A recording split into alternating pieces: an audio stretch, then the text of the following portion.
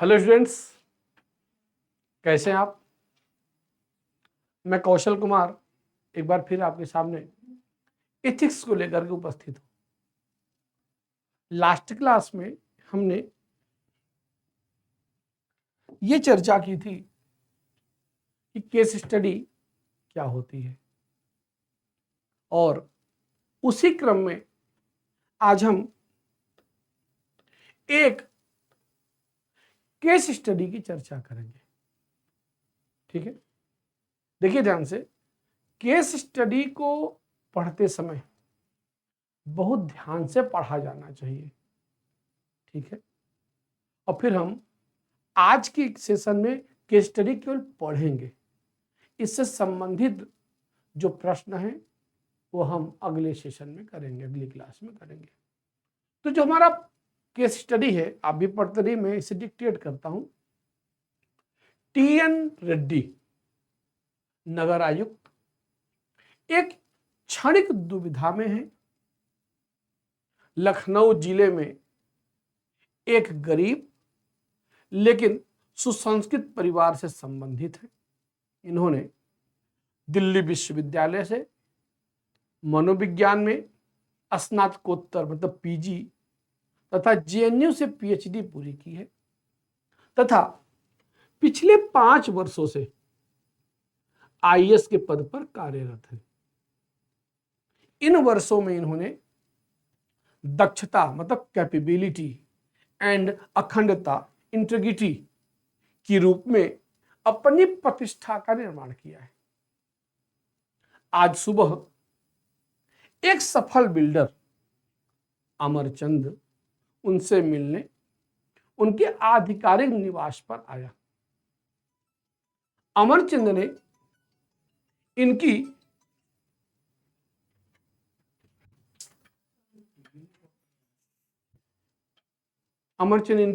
मुलाकात एक नेत्रहीन बच्चों के स्कूल उद्घाटन के अवसर पर हुआ था, जिसका वित्त पोषण मतलब इकोनॉमिकल सपोर्ट ग्रांट अमरचंद ही था। उद्घाटन के अवसर पर ही अमरचंद ने आधिकारिक निवास पर मुलाकात की अनुमति मांगी थी, ताकि वे सामाजिक रूप से उपयोगी धर्मार्थ परियोजनाओं के बारे में चर्चा कर सके। आज सुबह अमरचंद ने कई परियोजनाओं के बारे में बात की, जिसमें उसका कुछ दान राशि 20 करोड़ से कम नहीं होगा। इन सभी का वर्णन करते हुए अमरचंद ने लखनऊ के हजरतगंज, जो सबसे पॉश एरिया है, में अपने वाणिज्यिक परिसर मतलब फाइनेंशियल शोरूम के समय पर मंजूरी योजना थी, जो बिना मंजूरी हेतु धन्यवाद दिया तथा कहा कि यह ऐसी पहली योजना थी जो बिना आयुक्त के से मिले तात्पर्य घूस देने से मंजूरी प्राप्त हुई। बैठक समाप्त होने के पूर्व ही अमरचंद ने कहा कि अभी हाल में ही मुझे पता चला कि अगले माह आपके बहन की शादी है, जिसमें मैं आपकी कुछ सहायता करना चाहता हूं। अपनी कार से एक गहने के बॉक्स के साथ वापस लौटता है तथा मेज पर रखकर स्वीकार करने को कहता है। इस पर रेड्डी जी ने कहा कि नहीं धन्यवाद, परंतु इसकी कोई आवश्यकता नहीं है। रेड्डी की बहन की शादी उनके लिए एक वित्तीय चिंता, फाइनेंशियल एंजाइटी का विषय रही है, क्योंकि उनके पास पर्याप्त बचत नहीं है। उनके अपने समुदाय में दहेज की प्रचलित बुराई ने चिंता को और बढ़ा दिया है। अपनी प्रतिष्ठा को देखते हुए उन्हें किसी से इतने बड़े उपहार की आशा नहीं थी, इसलिए कुछ सेकंड के लिए वे इस स्थिति से निपटने में मुश्किल का सामना कर रहे थे। ये पूरी की पूरी केस स्टडी है। ठीक, अब इस केस स्टडी में पूरी एक कहानी दे रखी है। मुद्दा क्या है कि आपको ये केस स्टडी परीक्षा कक्ष में पहली बार सामने आएगी। ऐसी 6 से 7 केस स्टडीज या 5 केस स्टडीज आपको सॉल्व करनी होगी। आपके पास समय का अभाव होगा, शॉर्टेज ऑफ टाइम होगा। उस कम समय में आपको इन केस स्टडी को पढ़ना है, समझना है, नोट डाउन भी करना है।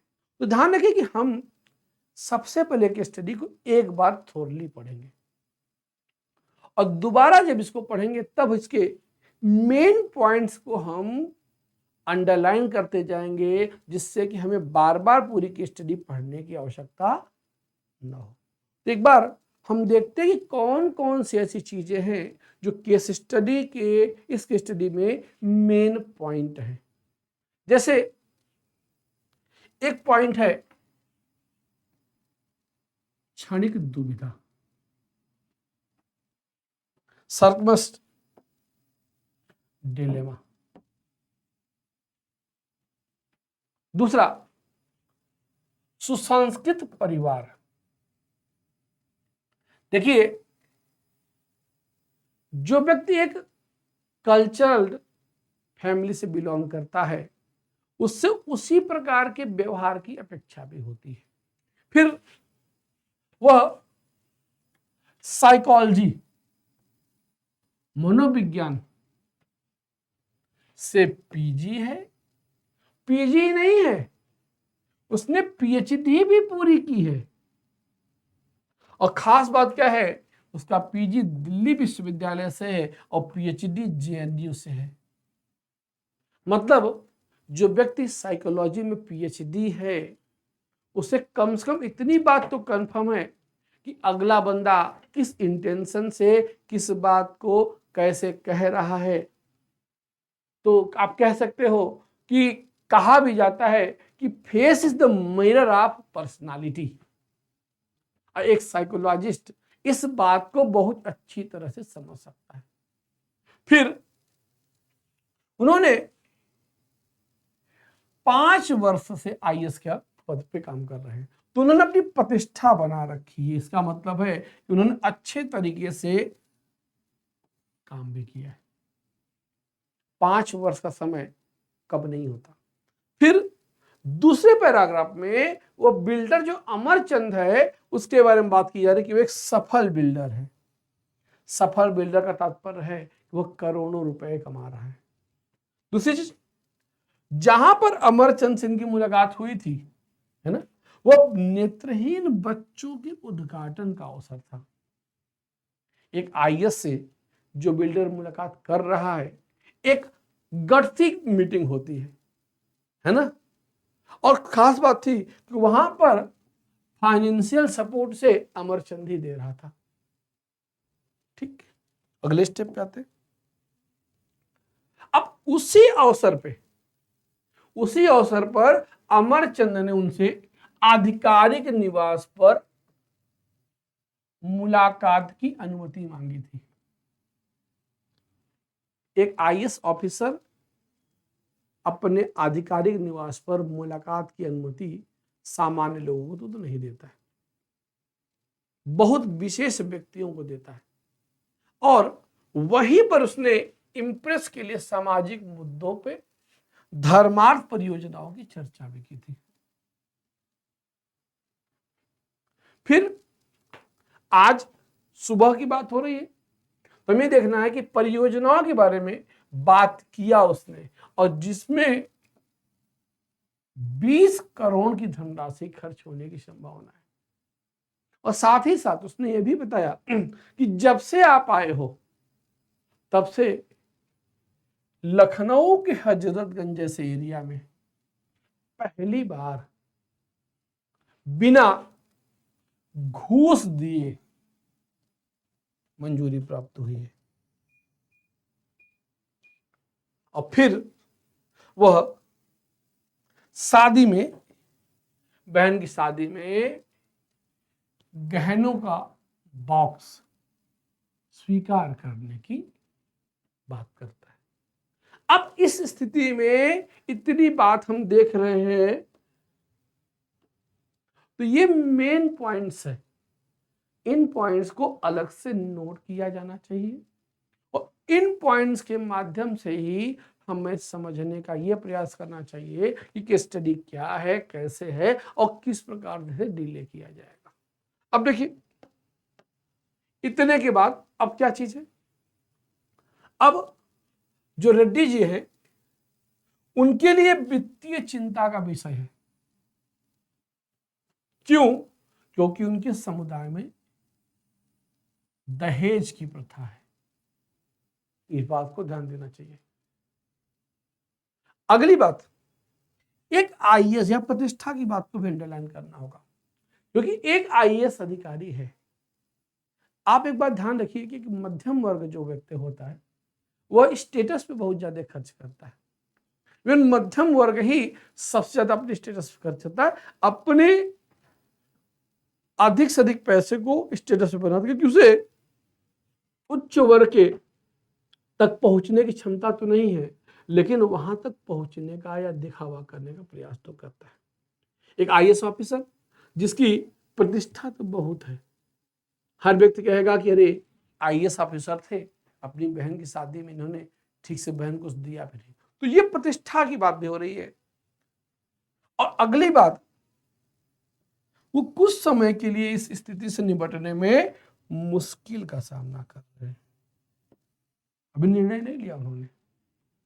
तो ये इतनी पूरी केस स्टडी का मटेरियल है जिसकी चर्चा आज हमने की। ठीक है, जो अगली क्लास होगी उस क्लास में हम इस केस स्टडी से संबंधित जो प्रश्न बनेंगे उनकी बात करेंगे, और फिर इनके सॉल्यूशन की चर्चा करेंगे, और ये भी बताएंगे कि इनको आपको किस प्रकार से लिखना है, नोट डाउन करना है। ठीक है, चलिए आज के लिए थैंक यू।